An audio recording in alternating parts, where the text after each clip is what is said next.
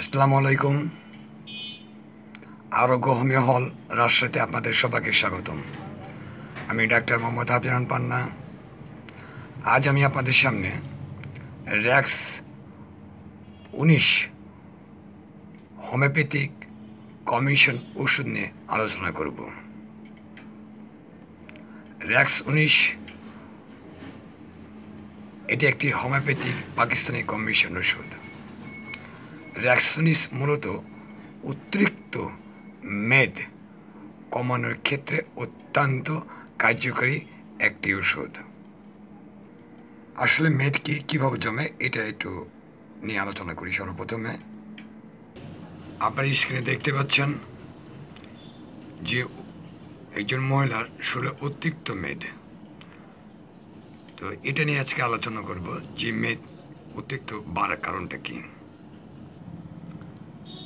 আপনার অনিয়মিত খাদ্য অভ্যাসের কারণে পেটে অতিরিক্ত মেদ বা চর্বি জমে।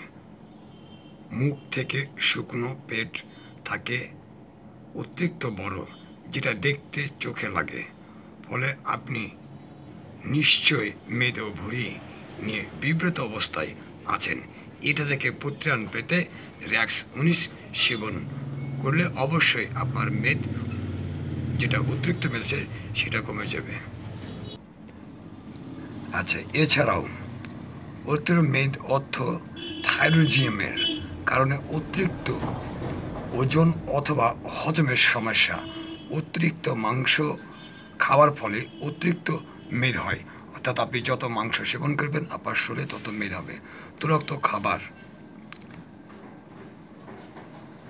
এবং মিষ্টি, অর্থাৎ মিষ্টিতে পর্যাপ্ত পরিমাণে ফ্যাট আছে। গ্রন্থিময় এবং হরমোনের সমস্যা, ওজন স্বল্পতা, খাদ্য অভ্যাসের বৃদ্ধি করে। এক্ষেত্রে র্যাক্স 19 ওষুধ অত্যন্ত কার্যকারী একটি ওষুধ। র্যাক্স 19 সেবনে আপনার শরীরে যে অতিরিক্ত মেদ জমে আছে সেটা অবশ্যই নিয়ন্ত্রণে নিয়ে আসবে। র্যাক্স 19 ওষুধ সেবনে আপনার অতিরিক্ত ওজন যদি থাকে সেটা নিয়ন্ত্রণ করতে সক্ষম। আচ্ছা, ওষুধটা খাবেন কি করে? প্রাপ্তবয়স্ক ব্যক্তিরা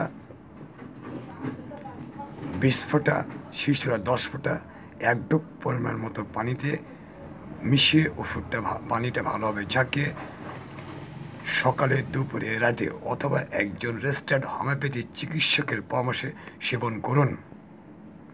র্যাক্স 19 ওষুধ সেবনে কোনো পার্শ্ব প্রতিক্রিয়া নেই। ওষুধটি দুর্গন্ধ থেকে দূরে, শিশুদের নাগালের বাইরে শীতল ও শুষ্ক স্থানে রাখবেন। আচ্ছা, আমার একটা ওয়েবসাইট আছে, আপনারা লগ ইন করে আরও বিস্তারিত জানতে পারবেন। আমি আপনাদেরকে বলেছি যে arogyhomeohall.xyz। আমি আবার বলছি www.arogyhomeohall.xyz। লগ ইন করলে বিস্তারিত আরও জানতে পারবেন।